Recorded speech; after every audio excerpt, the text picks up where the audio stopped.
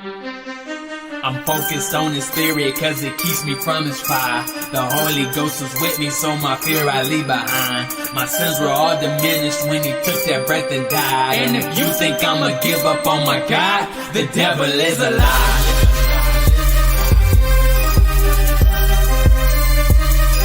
The devil is a lie.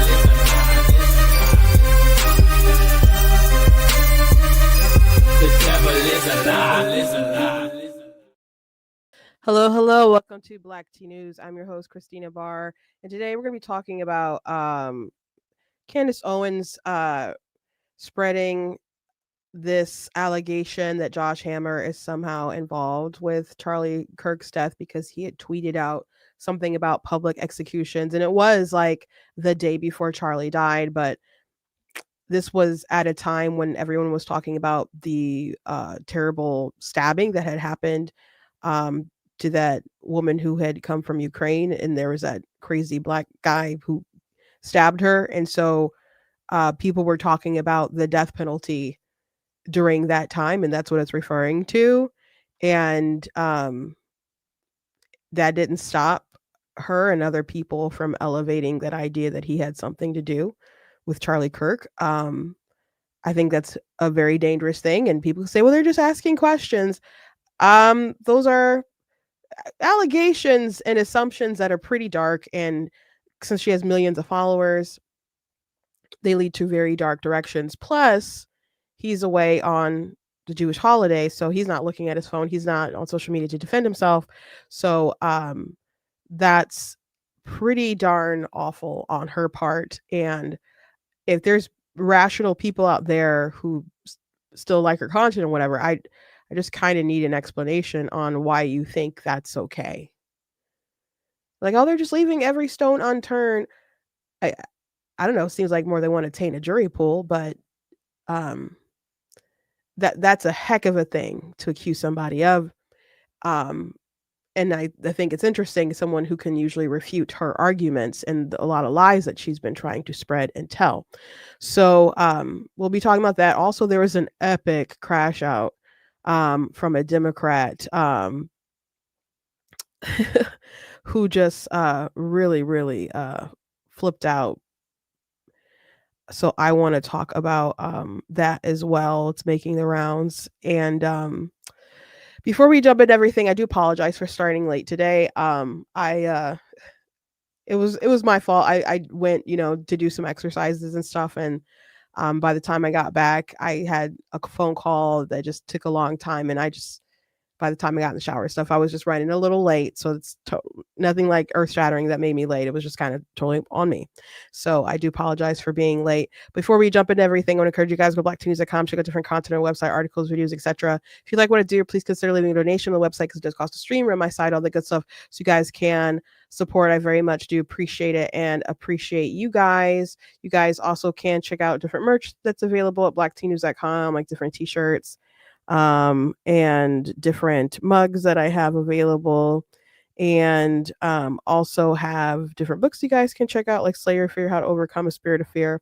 And I also have, of course, God is Blatantly Against Abortion. As a reminder, the person who did that book cover is my youngest sister, who drew that image of God's hand reaching out to the baby hand. She teaches painting, and I thought it'd be neat if we did a painting class together, me and some, people who watch my stuff. So there is a link in the description if you're watching on Facebook and YouTube where you guys can go sign up, like the interest form, to just kind of let me know that you're interested in doing it. And it's not a confirmation that you're going to, and just no payment there. It's just like, hey, it's an interest form. So fill that out, and then, I'll get back with you guys on the date and tickets and things like that. So that's available in the description if you're on Facebook and YouTube. And also there is a link to pre-order Bigger, my children's picture book that Tina also did the illustrations for.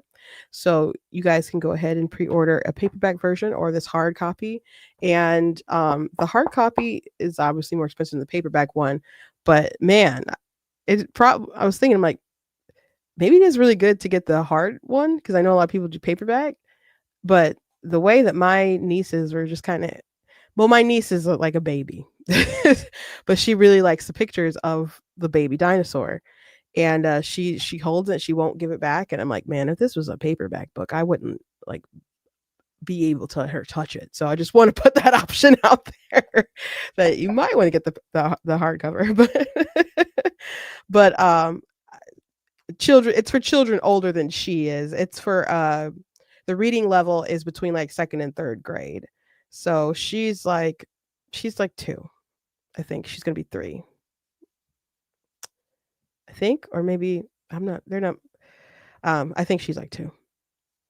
So, and even my nephew, he'll be 4 in February. You know, kids are just kind of, they can be rough, but older kids, they should be able to handle paperback. Anyway, I like to kind of watch this crash out with y'all first before I get to the Candace stuff.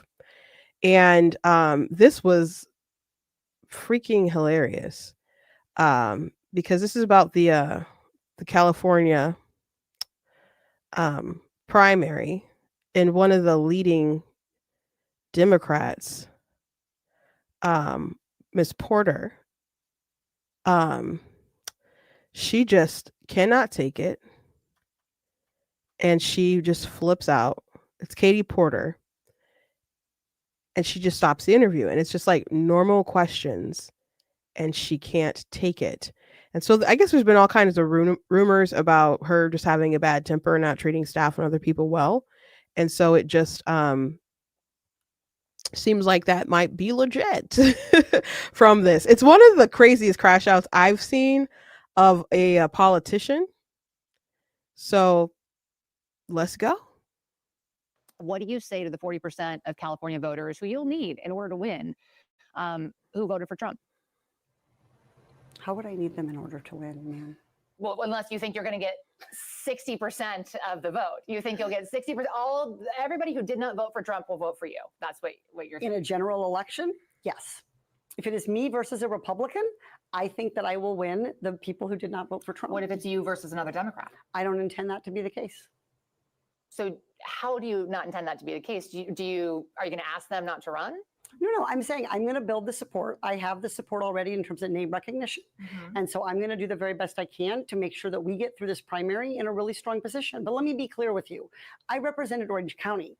I represented a purple area. Mm-hmm. I have stood on my own 2 feet and won Republican votes before. That's not something every candidate in this race can say. If you're from a deep blue area, if you're from LA or you're from Oakland, you don't have an experience. But you just said you don't need those Trump voters. Well, you asked me if I needed them to win.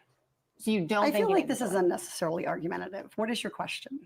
The question is the same thing I asked everybody, that this is being called the empowering voters to stop Trump's power grab. Every other candidate has answered this question. This is not correct. And I said I support it. So, and the question is, what do you say to the 40% of voters who voted for Trump? Oh, I'm happy to say that. It's the do you need them to win part that I don't understand. I'm happy to answer the question as you have it written, and I'll answer it. And we've also asked the other candidates, do you think you need any of those 40% of California voters to win? And you're saying, no, you don't. No, I'm saying I'm going to try to win every vote I can. And what I'm saying to you is that. Well, to those voters. Okay, so you. I don't want to keep doing this. I'm going to call it. Okay. Thank you.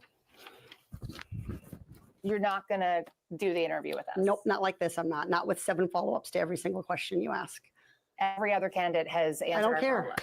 I don't care. I want to have a pleasant, positive conversation in which you ask me about every issue on this list. And if every question you're going to make up a follow-up question, then we're never going to get there. Ms. And Porter, we're just going to circle around. I am an investigative I have never reporter. had to do this before, ever. You've never had to have a conversation with to end an interview. Okay, but every other candidate has done this. What part of I'm me? I'm running for governor because I'm a leader. So I am going to make. So you're not going to answer questions from reporters? Okay, why don't we go through? I will continue to ask follow-up questions because that's my job as a journalist, but I will go through and ask these. And if you don't want to answer, you don't want to answer. So nearly every legislative. I don't want to have an unhappy experience with you. And I don't want this all on camera. I don't want to have an unhappy experience with you either. It's on camera. I want to continue to ask these questions so that we can show our viewers what every candidate feels about every one of these issues that they care about. and redistricting. It's a massive issue. We're going to do an entire story just on the responses to that question. And I've asked everybody the same follow-up questions. So, yeah, that did not make her look good at all. At all. I don't know how you're gonna crash out like that and try to be I don't know, be a politician and seek office and stuff. I know people like screw up in interviews all the time, but she was not being needlessly adversarial at all. It's not like those questions were that rough. And maybe she just realized that she kind of just screwed up with saying like, yeah, I don't need them to win. And just felt the continue of the poking, knowing that she had kind of screwed up. But yeah, these folks are crazy. And in California, Democrats run against Democrats all the time because there's so many Democrats in that state. And they're trying to weed out more Republicans and make it so that they have less representation than what they have. And they say they're doing it in retaliation to Texas or other places. But California's already, pretty bad. And there's other places that are worse. You look at Illinois and other places too. So, and if you're doing it just to try to weasel out Trump and him not have power and Republicans not have a voice, it's going to be hard to make your case to have them vote for you. So, and if you're a crazy Democrat, maybe Republicans can convince a not as crazy Democrat to run, and maybe that's someone that they vote for. So maybe she's not going to get, she's able to cross that threshold of 60%. There could be a Democrat and someone who runs as an independent who's pretty much a Democrat and a Republican, and then that's going to be hard for her. It's not impossible for a Republican to win California. It's very difficult, but I don't know. Hopefully people are waking up. But a lot of people who wake up, they just kind of leave and go elsewhere. But yeah, not a good look for Katie Porter. And from my understanding, she's like the leading Democrat in that race right now. But I'm not surprised that that's who they have to work with. The Democrats just do not have a good bench. And it's pretty fascinating. They obviously have so many people, but I don't know, when you feel like you have to play to the other side so much, play to your most radical vocal people, you start to weed out and not have any moderates left, and there's a lot of people who aren't that extreme, and so they find themselves being independent, or they just want to be Republican. They're focused on like identity politics, and just going as extreme as you can possibly be on the issues. Like, there's a lot of people who support abortion but don't believe that there should be no limitations on it. That's really crazy to a lot of people. That's like a 10% view of America, and which I think is crazy high for that kind of view. But they really want to go 80-20 on these issues, like the transgender thing. They want to be in that 20% and fight so hard for it, and that's just not where Americans are right now. And it's not getting any better with these like really violent actions, and if you're trans, you're getting light sentences for attempted murder and all that stuff. Oh, someone said they live in Utah. Thank you for sharing. I've never been to Utah. You know what? No, that was Denver. I've never been to Utah. But yeah, it's awful kind of stuff that just this past month has just been so insane. Just absolutely so insane. Before I do get to the Candace stuff, there's one more thing that I wanted to show you guys that I saw on TikTok today. It's from Inspiring Philosophy, who's replying to a Muslim who reacts to Charlie Kirk talking to apostate prophet. I can't think of how you say his real name, but he invited apostate prophet to talk about Islam. And so someone decided to reply.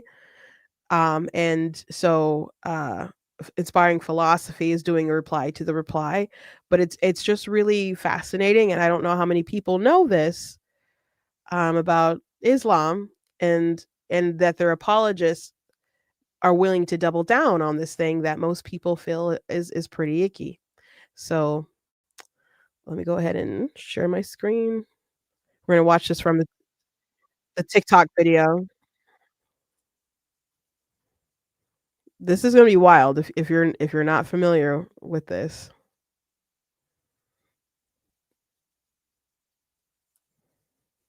They say Muhammad is the greatest man ever to live. Yes. Is it true that he married a 9-year-old named Aisha? No, he actually married a 6-year-old. Oh, I'm sorry.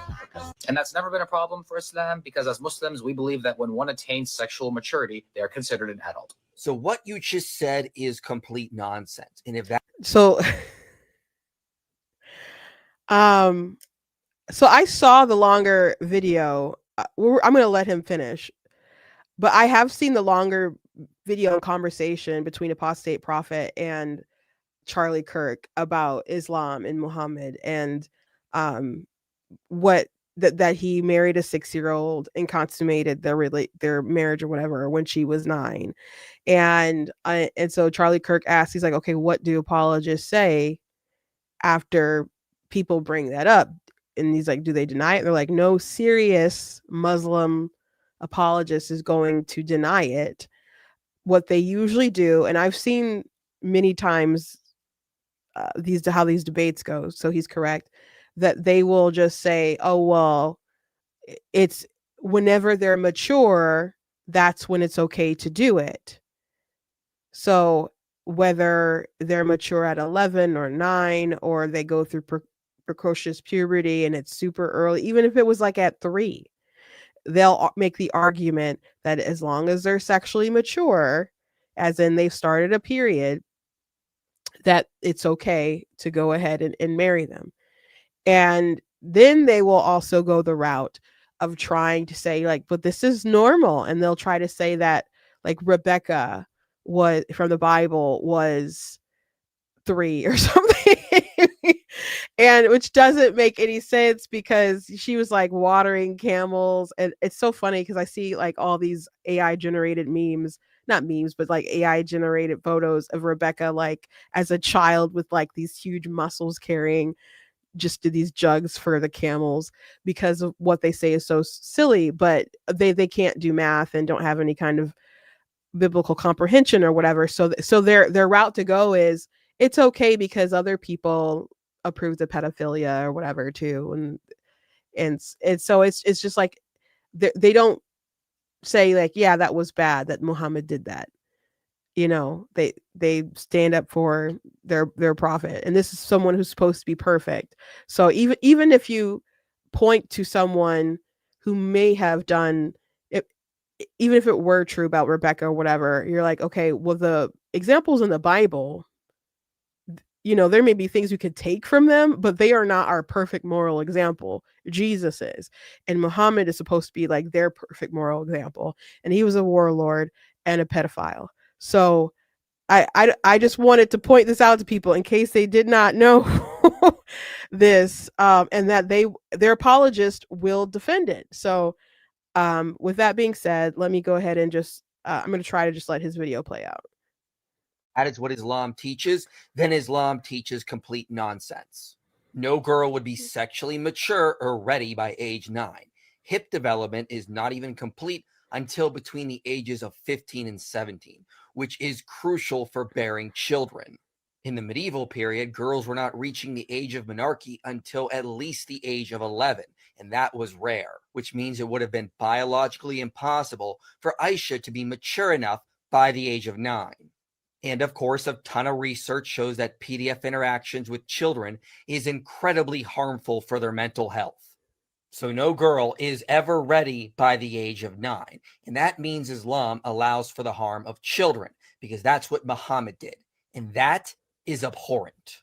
Fun fact, if you disagree with Islam on the basis of morality simply because it contradicts the secular liberal norms you grew up with, that by default does not disprove Islam. But we can just go to scientific research to show how incompatible with reality Islamic teachings and principles are.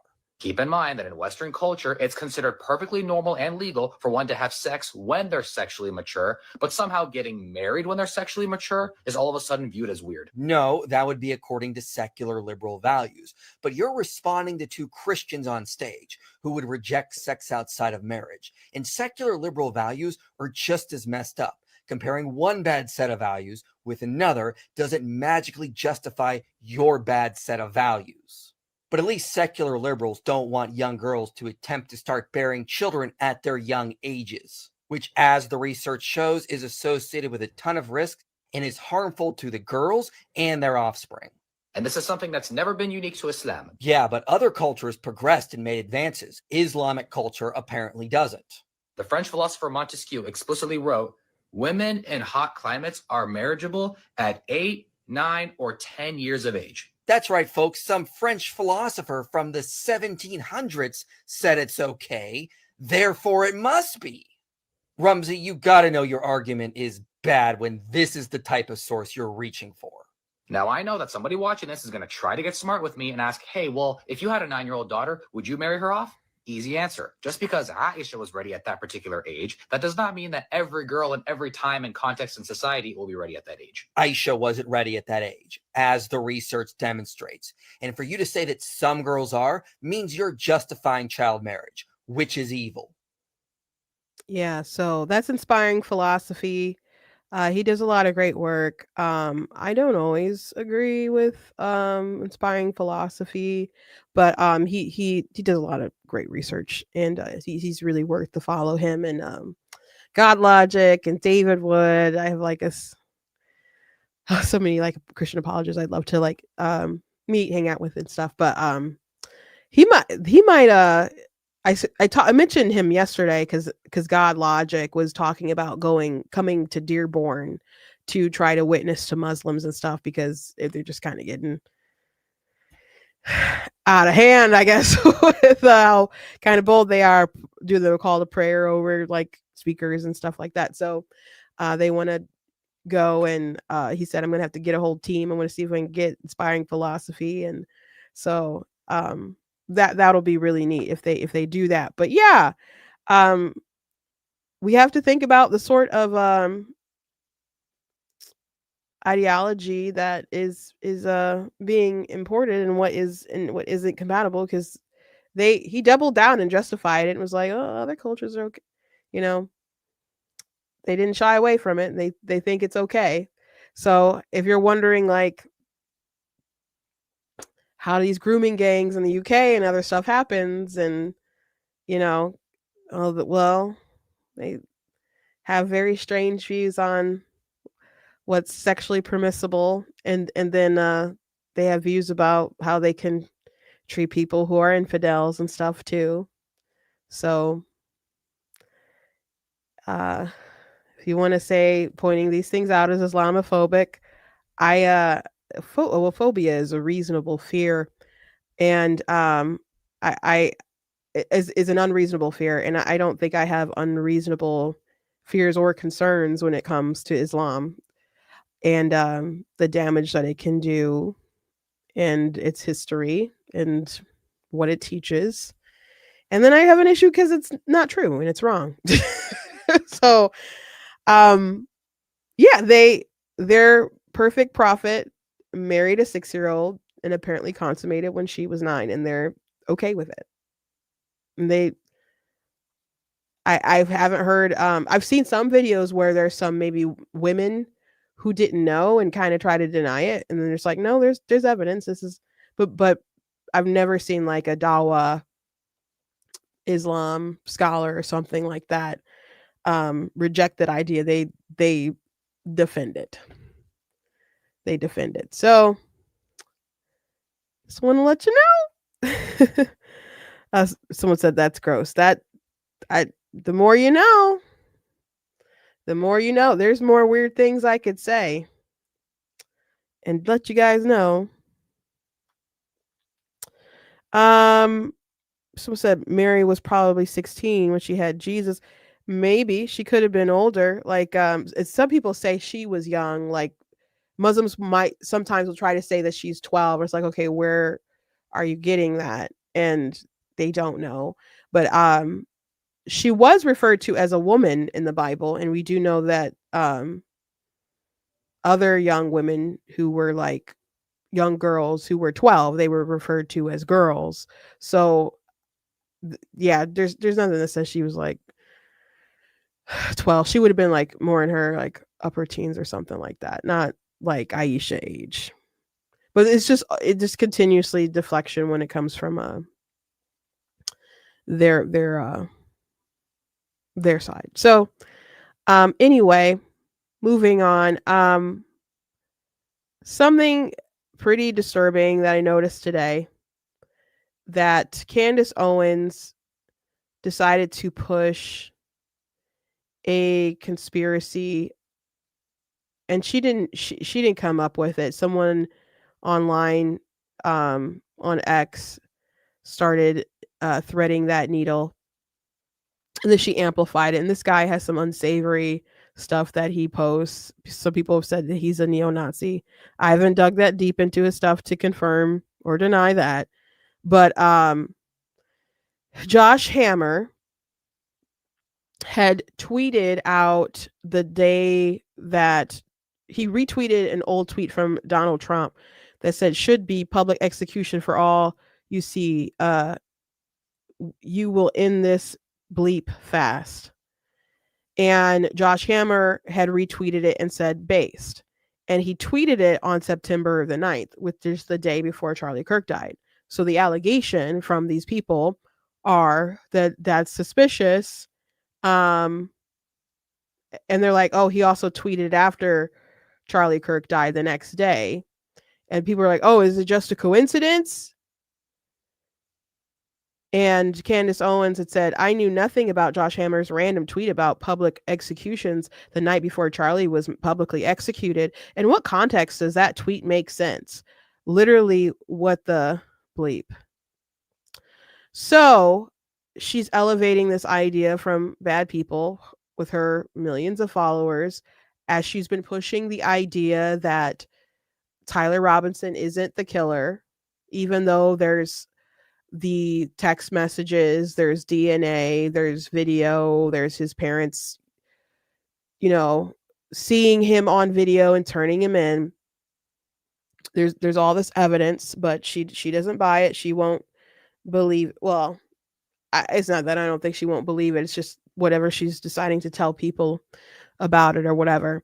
And she's been pushing this narrative that Charlie Kirk was murdered because of his changing views on Israel, and that he was taken out so he could be replaced. Mind you, the new head of Turning Point is his wife, and that she said that Charlie Kirk she's beginning to believe that he lived in like a Truman Show, which reflects really poorly on Charlie, by the way, and that Turning Point and all these people were covering up. Yesterday, we talked about the text message that took place 48 hours before Charlie Kirk died, where he was voicing frustrations about losing $2 million because of him platforming Tucker, which isn't new information. Turning Point already addressed this and confirmed that he was getting very much pressured about Tucker Carlson and having him.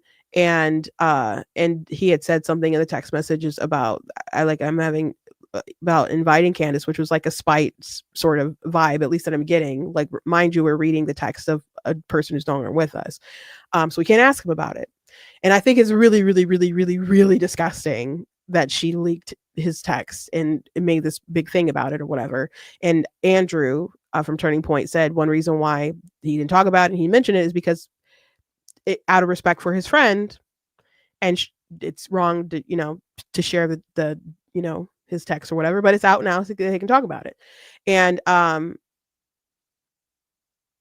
Charlie Kirk still, according to Josh Hammer, because the texts were like 48 hours before, and people were saying, someone responded to him and say like, don't invite Candace or anything, like that'll, I know you're upset now, but in the long term that'll be so bad. And he was venting. It seemed to me like he was venting, and that's what Andrew said. So he's venting. And then that was 48 hours before.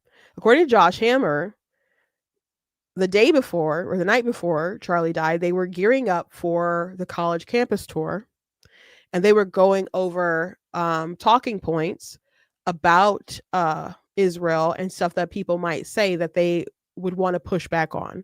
So he was still planning on going out and, pushing I guess the talking points, but from my understanding, he was going to shift a lot toward like we need to preserve Western civilization, and maybe not be a he wasn't like a apologist for all the stuff that they were doing anyhow, but I think that was going to be like the route that he was going to just go for.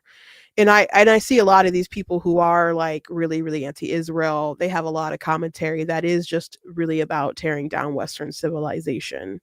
And they do this revisionist history stuff with World War II and other things like that that just really show bad intentions. So Josh Hammer has been vocal about different things. So even the text messages are real, but the fact that he was still prepping to go out and do pro-Israel stuff means that he didn't abandon the cause, and he probably was venting. So his account, which came out before the text did, refutes the argument about the text. Josh Hammer also refuted the stuff about her allegations about Bill Ackman and other folks threatening Charlie Kirk. And he's like, I was in the room. That didn't happen. Other Turning Point employees said that her account of events didn't happen. Seth Dillon said her account of events didn't happen. Other influencers who were there said like the rumors or whatever, how people are trying to spin it, like didn't happen. So everyone is saying that Candace and what she was trying to push about what happened at the Hamptons was wrong. And also the Bibi letter.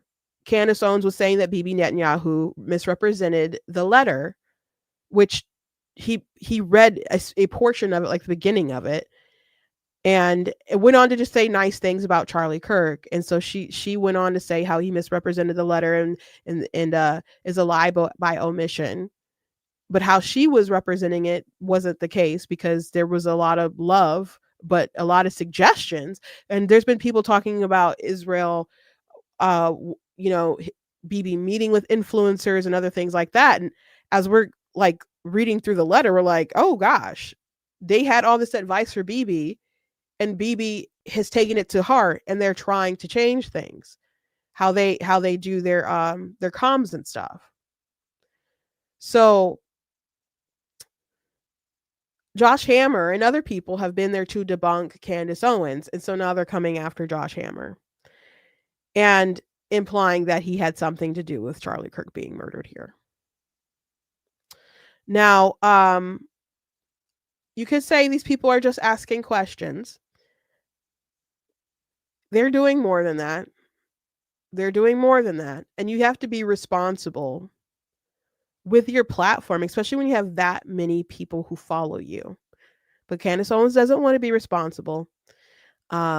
She doesn't care. She's getting clicks and views and whatnot. And she's made a lot of money, I would say, from assuming all her stuff on Facebook or, I guess YouTube or whatever, are monetized since Charlie has passed. And then the X, I don't know if she still monetized on X or what.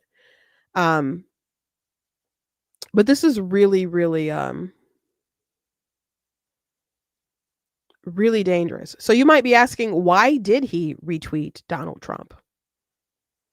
Why did he talk about public executions, especially the day before Charlie died and after Charlie died? Perhaps he was talking about public execution the day after Charlie died. I don't know if it's the day. Is it the day? Yeah. Because someone murdered Charlie Kirk. Perhaps he's talking about Tyler Robinson. At this time, they wouldn't have known it was Tyler Robinson because they hadn't caught him yet. But if someone publicly assassinates your friend, and you're okay with executions, the death penalty, and them being public, why wouldn't you call for that? As for why he did it before he died, everyone was talking about the Ukrainian girl who was killed on public transportation. I'm sure you guys remember that. I know it feels like a world away. But everyone was talking about how horrific that was. Everyone was talking about how horrific that was. The Democrats trying to be like, "Oh, well, crime it's been lowering." It's like we just saw someone get stabbed in the neck. And like nobody like really helped her. I mean, someone like came over, but she looked up so afraid. Like confused and afraid, and then she just slunk down and died. Someone who came over from a war zone and had, I think she worked at like a pizza place or something like that, just doing a little job, coming home from work, and was killed by some crazy guy. And so that was the massive conversation dominating right-wing media and the mainstream media. We were talking about that and the response that people were having to it. And do you know why he might have retweeted a past tweet from Donald Trump talking about public executions? Because Donald Trump also talked about we need the death penalty for the person who killed that girl. On September the 9th, there were articles about it. There were articles about that.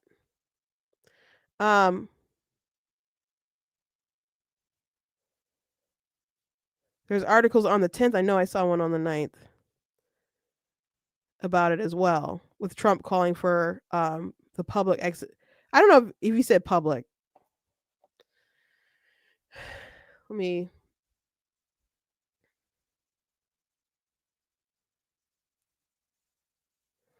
But Trump was calling for it that day. So is it really so crazy that someone retweeted a past tweet of Donald Trump when he himself was talking about this stuff? And by the way, Donald Trump has always talked about the death penalty. Do you guys recall Central Park 5?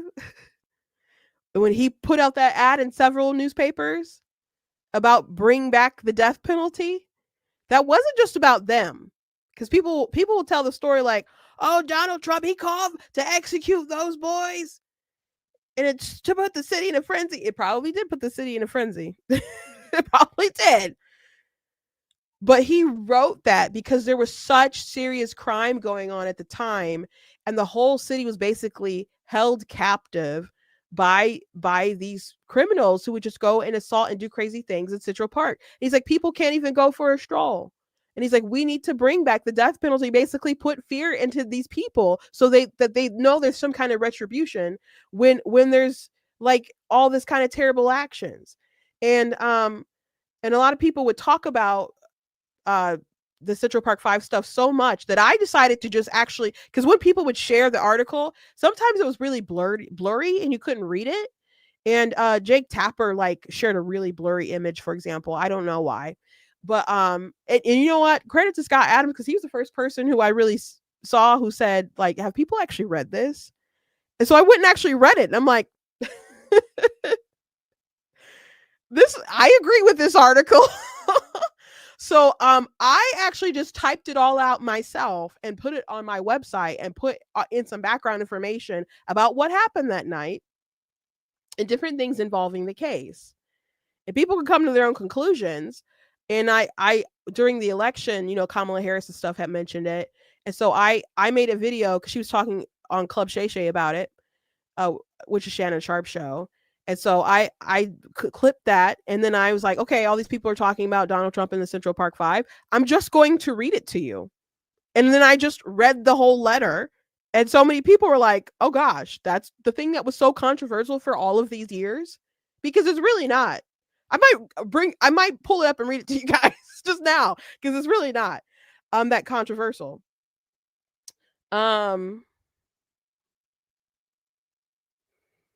Yeah, let me.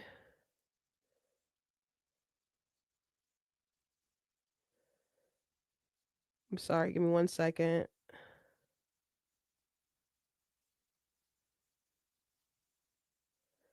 Yeah, ABC News. They did an article about Charlotte light rail stabbing. Trump demands death penalty for suspect. And that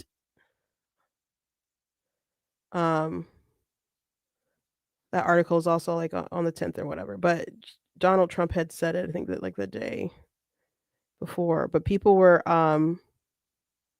everybody was talking about it. Everybody was talking about it. President Donald Trump is demanding the suspect who was charged for fatally stabbing Ukrainian woman on the Charlotte light rail. He might still be talking about this situation even after Charlie died. He might still be talking about this. He said the animal who so violently killed the beautiful young lady from Ukraine who came to America searching for peace and safety should be given a quick, there is no doubt, trial and only awarded the death penalty. There could be no other option, Trump said in social media posts on Wednesday. So I guess that was probably still on the 10th. Yeah, so everybody was like talking about the death penalty. Charlie Kirk believed in public executions too, by the way. Some people are like, it's demonic and satanic to talk about public executions. I'm like, why is it satanic? Like I replied to someone in the comments. I was like, why is it specifically satanic? Because the death penalty is biblical. It absolutely is. We've gone through that. We've had that conversation several times. But that's the context to know what was going on. Everybody was talking about that. I think he should get the death penalty. As there was Democrats saying like, you can't just do that and blah blah blah. And there's people who are just against it in all circumstances or whatever, which doesn't make sense when you are for abortion. To me, that does make sense.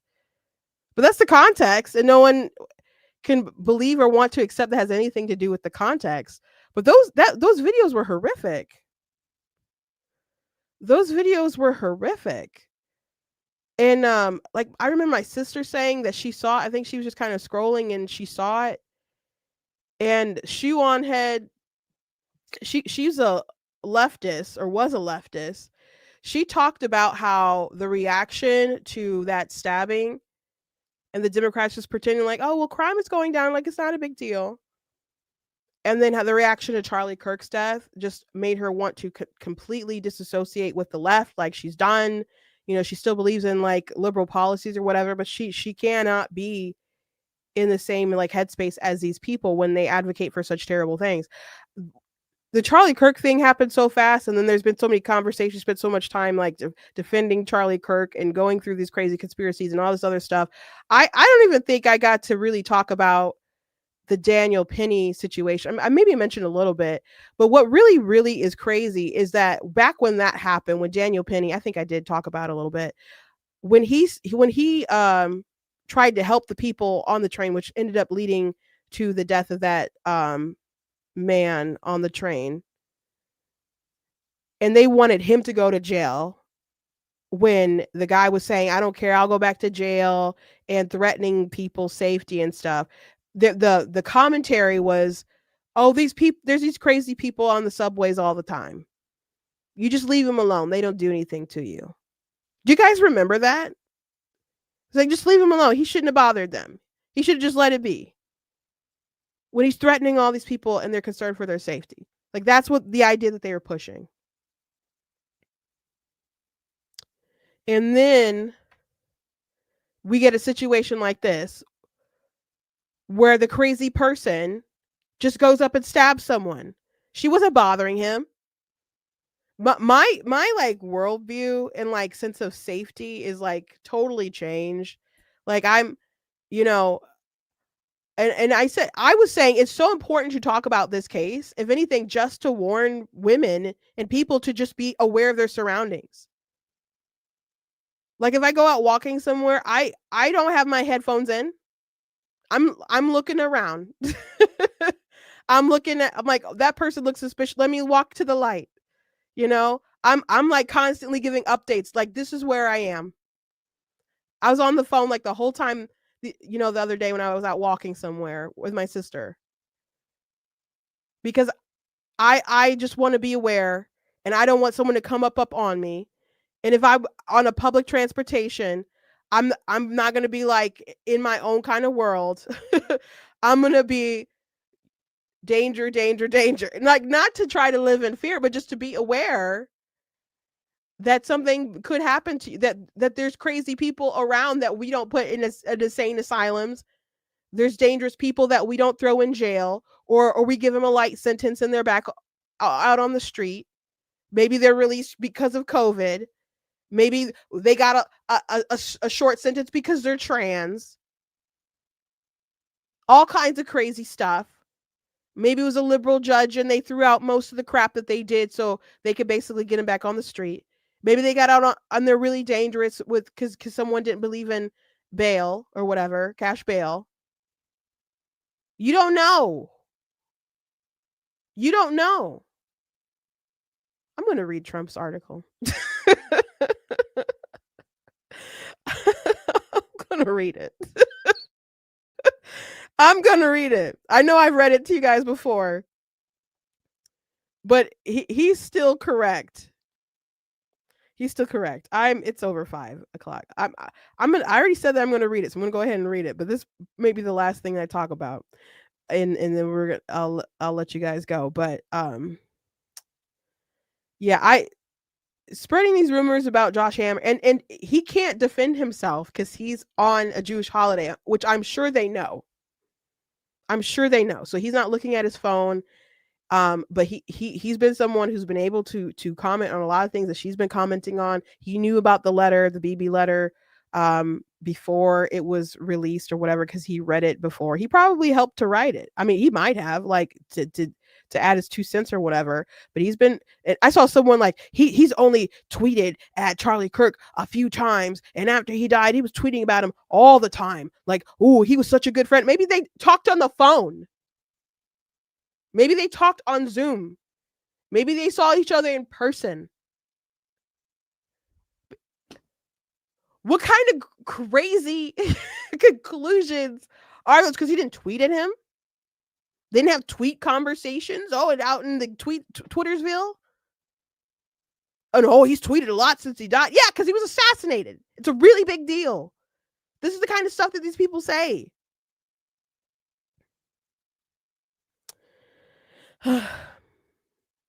Anyway, if you guys haven't seen this article, it's a good piece from Trump. You know, let me go ahead and make me small, make it bigger. This is my website. So read what Donald Trump really said about the Central Park 5. And on April, let me just read the article, but it does have some context about what was going on at the time. And like, again, there was like these roving bands of criminals that would go and, there's all these kids who were out and about and they were attacking folks and so on. And how they got like the Central Park 5 or whatever, they were collecting kids and people started snitching on each other. And before they even found out about the jogger, someone was like, I didn't murder them, that was my friend or something. So they figured out kind of like this group of kids, and there were other kids who were kind of implicated in the what happened to the jogger. But the Central Park 5, they themselves implicated each other. I mean, themselves. It wasn't just someone pointing the finger at them. Like, they confessed to, okay, well, I didn't insert my, junk into her.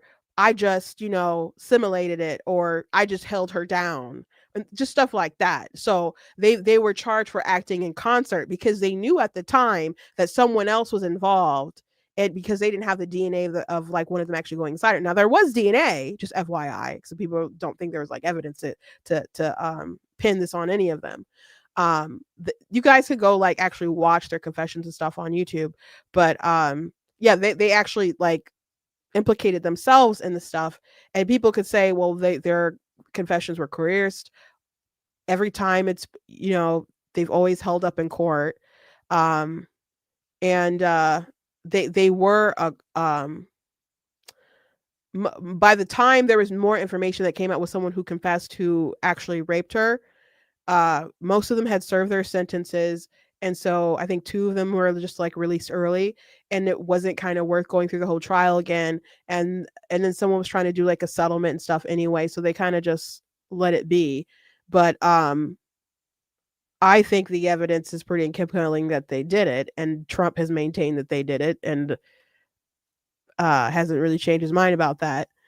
But you guys, if you don't know more about the case, you can certainly look it up. But I did have some facts and different sources in here on this article. But let me go ahead and read it, so we're not here too much longer. What has happened? Okay, bring back the death penalty, bring back our police. What has happened to our city over the past 10 years? What has happened to law and order, to the neighborhood cop we all trusted to safeguard our homes and families, the cop who had the power under the law to help us in times of danger, keep us safe from those who would prey on innocent lives, to fulfill some distorted inner need? What has happened to the respect for authority, the fear of retribution by the courts, society, and the police for those who break the law, who wantonly trespass on the rights of others? What has happened in these is a complete breakdown of life as we know it. Many New York families, while Black, white, Hispanic, and Asian, have had to give up the pleasure of a leisurely stroll at the park at dusk, the Saturday visit to the playground with their families, the bike ride at dawn, or just sitting on their stoops, giving them up as hostages to a world ruled by law, the law of the streets, as roving bands of wild criminals roam our neighborhoods, dispensing their own vicious brand of twisted hatred on whomever they encounter. At what point did we cross the line from fine and noble pursuit of genuine civil liberties to the reckless and dangerous permissive atmosphere which allows criminals of every age to beat and rape a helpless woman and then laugh at her family's anguish? And why do they laugh? They laugh because they know that soon, very soon, they will be returned to the streets to rape and maim and kill once again, and yet face no great personal risk to themselves. Mere Coke. It's not Coke. I don't think it's. Is it Coke? I'm sorry. Has I don't think it is. Has stated that hate and rancor should be removed from our hearts. I do not think so. I want to hate these muggers and murderers. They should be forced to suffer, and when they kill, they should be executed for their crimes. They must serve as examples so that others will think long and hard before committing a crime or an act of violence. Yes, Mayor Coke, I want to hate these murderers, and I always will. I am not looking to psychoanalyze or understand them. I am looking to punish them. If the punishment is strong, the attacks on innocent people will stop. I recently watched a newscast trying to explain the anger in these young men. I no longer want to understand their anger. I want them to understand our anger. I want them to be afraid. How can our great society tolerate the continued brutalization of its citizens by crazed misfits? Criminals must be told that their civil liberties end when an attack on our safety begins. When I was young, I sat in a diner at with my father and witnessed 2 young bullies cursing and threatening a very frightened waitress. 2 cops rushed in, lifted up the thugs, and threw them out the door, warning them never to cause trouble again. I miss the feeling of security New York's finest once gave to the citizens of this city. Let our politicians give back our police department's power to keep us safe, unshackle them from the constant chant of police brutality, which every petty criminal hurls immediately at an officer who has just risked his or her life to save another's. We must cease our continuous pandering to the criminal population of the city.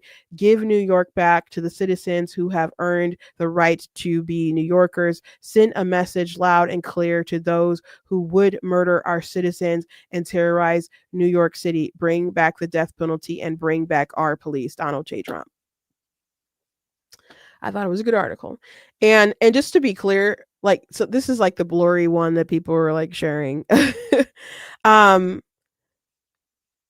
There was also other people who were attacked that day. It wasn't just her. So even if there was someone who came forward and said that they had raped the jogger, Trisha, what about all the other people who were victimized that night? So I think that evidence still points to they did it.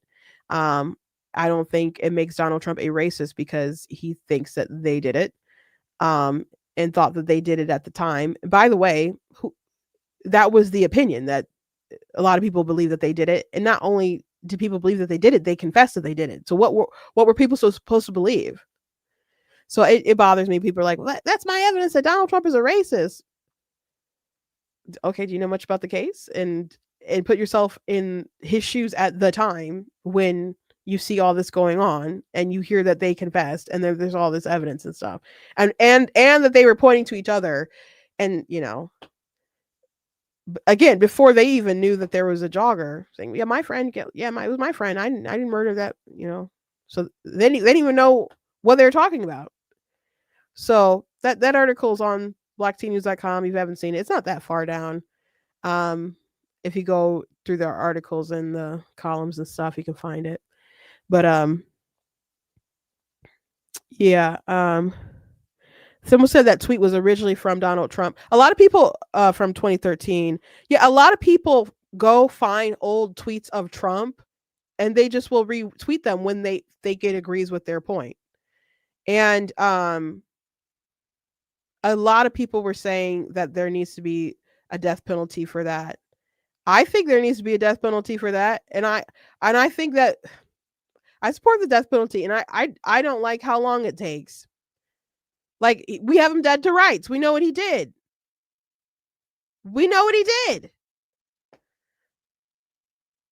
Like, if someone molests a child or rapes a child, which we don't in Florida, I guess there's a death penalty for that now.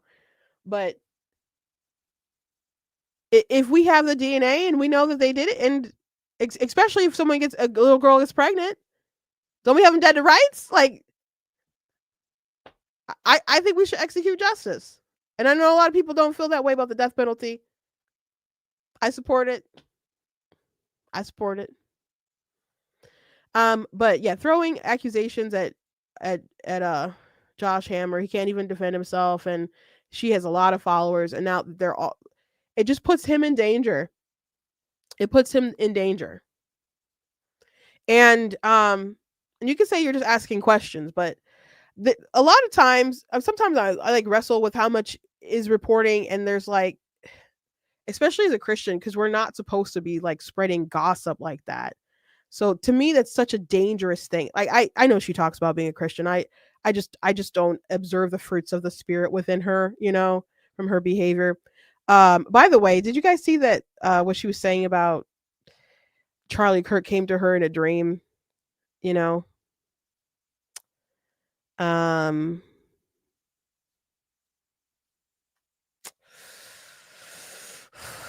Let me I'll play that last thing and then we'll go.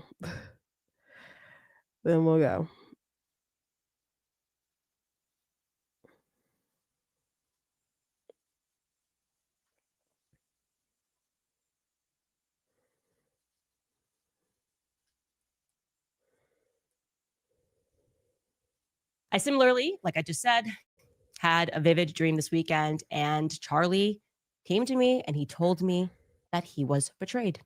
And so for me, you don't have to believe that, but I do believe that. And it was the immediate sense I got, actually. And I don't know who exactly it is that betrayed him, but I also felt in the dream that it is soon going to be revealed, that it's actually inevitable that it is going to be revealed, that there is nothing and no one that is going to stop the truth from coming out, and it is going to have international consequences.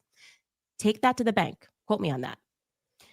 Women tend to have a stronger intuition about people, I would say. I think it was the writer, producer, Conrad Flynn, that recently went on to Tucker Carlson's show, and he discussed that. I similarly, like I just said, someone had retweeted, said, "Let no one be found among you who sacrifices their sons or daughter in the fire, who practices divination of sorcery, interprets omens, engages in witchcraft or casts spells, or who is a medium or spiritist who consults the dead." Yeah, I know Catholics have a view of like praying to the saints, and the idea is like, well, we're alive in Christ, so it's fine or whatever. I just in my mind it's less like you don't talk to the dead like that, and so it's just like really weird. Even like I don't remember my dreams, but even my sisters, like, even if they dream about my mom in their subconscious, they'll be like, she's gone, and then they'll like stop the dream because they're just like, you don't talk to dead people.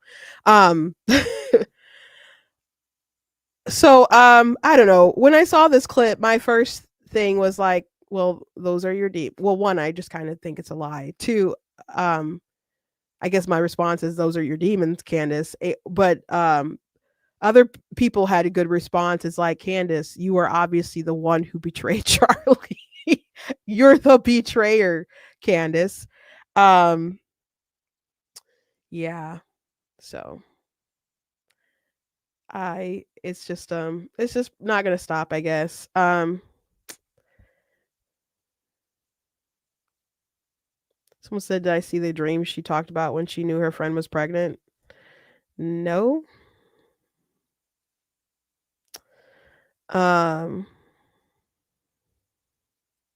Someone's named Big Booty Trudy said, lose some weight, you're a bad influence on health. Okay. Oh, nothing more intelligent to say. It's funny because I had posted a clip of someone screenshot calling me Miss Piggy, which it's just not clever at all. But and they were fat themselves. I think I went to their profile. I'm like, physician, heal thyself. But yeah, you can't be a big influencer and not expect people to throw those kinds of insults your way. But I just made the case that when people resort to that, I assume that they have nothing intelligent to say, and that's why they're doing the attacks. Because if you had a good argument, you would have used your time to actually make a good argument. So,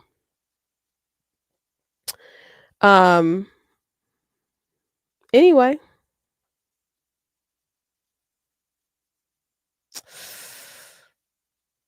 thank you all for joining me today. Please go to blacktinas.com. Someone said they don't like Candace anymore. Used to, no more. She's crazy. If she's a Christian, why doesn't she lead people to Christ? Being a Catholic don't save your soul. I think that a lot of it is about demeaning the West, because beyond all this stuff with Israel, there's also, like, she said the stuff about World War II, about how, we were, Hitler, they talk about how bad he is, but look at what the Allies did. We had concentration camps and stuff too, blah blah blah blah blah.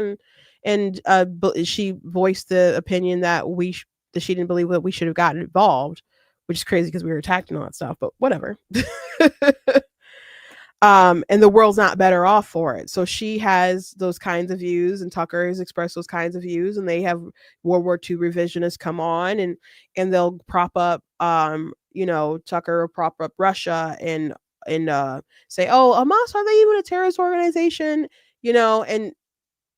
And they won't go after Islam really. And it's, or they'll mock people who do have all these concerns.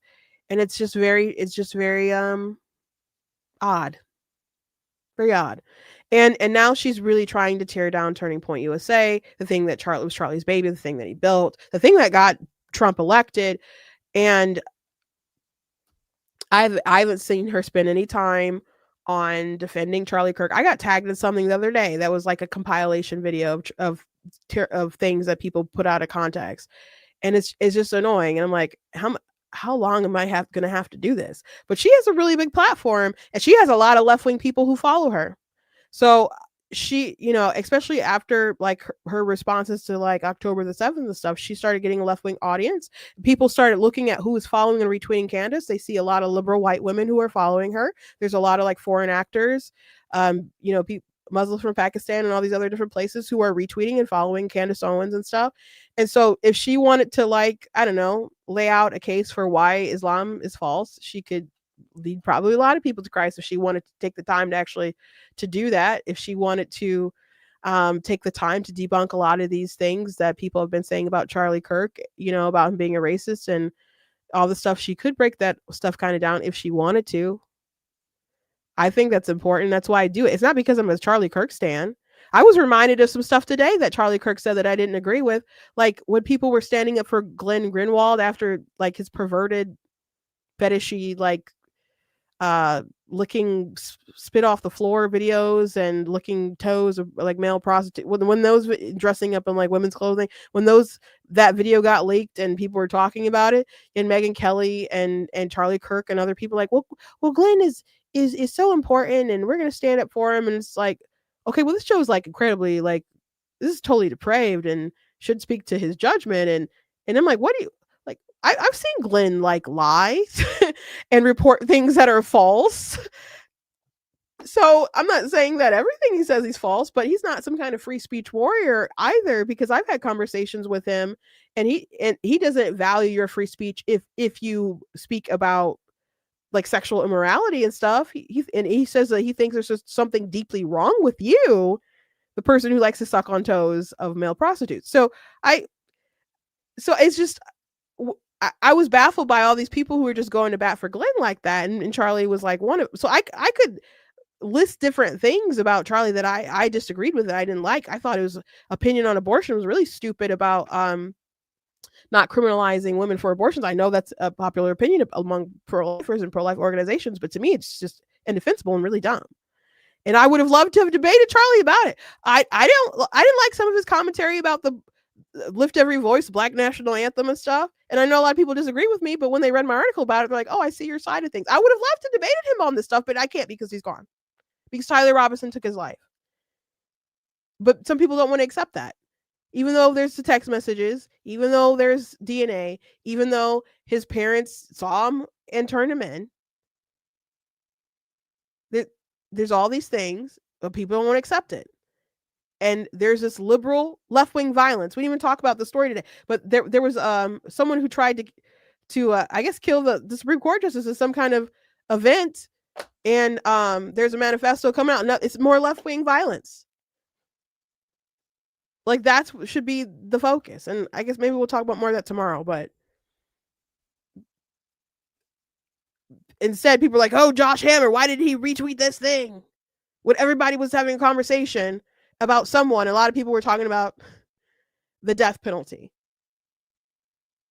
including our president. Anyway.